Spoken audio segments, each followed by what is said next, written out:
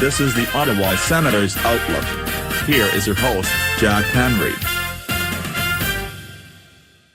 Hello everyone, welcome to the Ottawa Senators. Welcome to our host Jack. This is my recap reaction to the Wild game, so let's get right to it. So, tonight was Star Wars game for the Ottawa Senators, and I can definitely say that the Force was with them. They win 6-0 against the Minnesota Wild here. So, let's start right off the bat.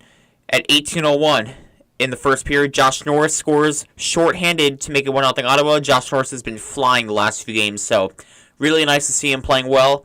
And then in the second period, Tim Stützle scores to make it 2-0 Ottawa. And then Michael Amadio, for the first time since November 12th, scores a goal to make it 3-0 Ottawa. And that's all you get after 40 minutes, 3-0. So this is going to be the fun part. 38 seconds in the third period, Jake Sanderson scores on the power play to make it 4-0 Ottawa. And then at 1:37, Brady Tkachuk with his 20th on the power play to make it 5-0 Ottawa. And then Drake Batherson, who finally scores a goal. He only scored one goal between this game and the Pittsburgh Penguins game on December 14th. He scores also on the power play to make it 6-0 Ottawa. And those three power play goals happened from a Ryan Hartman match penalty. Hit Tim Stützle across the boards. Hopefully he's all right. And that's pretty much where that huge power play came for the Senators, and they definitely took advantage of that one. So that's all you get. 6-0 is your final. The goaltending matchup was Levi Meriläinen versus former Senator Philip Gustafsson. And let's just say Philip Gustafsson didn't have the best of nights, even though he actually did have an .885 save percentage, even though giving up 6 goals. And Levi Meriläinen stopping 16 for a shutout. So he goes 16 for 16, and Philip Gustafsson, he stopped 46 of 52 shots. So the Senators, they have over 50 shots in a game since April of 2023. They lost the game 7-2 to Florida, and you could thank Locked On Senators for that stat, because I don't remember the last time they put up 50 shots in a game until that one, and I can definitely say I remember where I was for that game. So it's nice to see the Senators putting up 50 shots in a win. And this was a very decisive win for the Senators, a much-needed win. Again, a big statement for this team.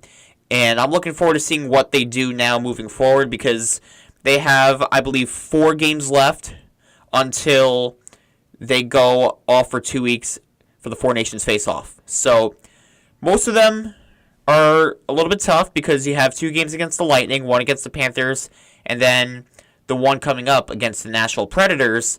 But the Senators are looking really good right now. They're at a total of 28-24, so they have 60 points now, and this is their 52nd game, if I'm calculating it right. Yes, this is their 52nd game. They reached 60 points, and the Senators last season reached 60 points in their 65th game. So a big improvement compared to last season, and I said it many times throughout the season, and especially over the last month, but you really have to give a lot of credit to Travis Green and his coaching staff for the big turnaround this team has had, because as much as Steve Staios and the Ottawa Senators got completely crucified for hiring Travis Green, which I wasn't a big fan of it at the time because of the other good coaching candidates that were available. Dean Evison, look what he's doing in Columbus. Craig Berube, he's pretty much turned Toronto into somewhat of a legitimate contender, I would say. I don't know how that's going to work in the playoffs.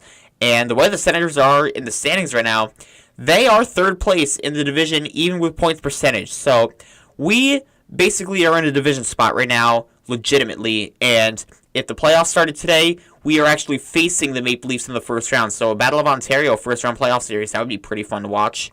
But again, you have those guys. Todd McClellan, who didn't get hired in the summer. He's in Detroit right now, and he's turning them around, I would say. But Travis Green's looking like a Jack Adams candidate. I'm not afraid to say it. I don't know if he'll win it, but I definitely think he should be nominated for it. So I'm looking forward to seeing what happens moving forward. They have 4 more games, and then they have the 2-week break for the Four Nations face-off. Obviously, there's going to be a few players on the Senators that are going to that tournament. But 28-24, that's a pretty darn good record. 8 games over 500 in a division spot. just keep on winning. That's what it's going to be. I'm very excited to watch this team. This team is very fun to watch this year. And if there was any doubt that this team looks like a playoff contender, I think tonight was your answer. I really do believe it. So hopefully they can keep this up for the next 2 months, because unless something insane happens where they just completely fall off the rails, I don't see this team missing the playoffs this year. And I'm going to knock on wood when I'm saying that. So let's just keep this going. Give me your thoughts on this game. I will see you for the preview for the Predators game. That will come out Monday at midnight, so be on the lookout for that. Like I said, comment down below your thoughts, like, and subscribe. But for now, this is Jack the Upstairs Alec, and Go Sens Go.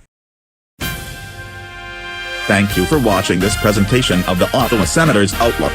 For more of this podcast, click on the videos on the left, and subscribe by clicking on the icon on the right. Thank you.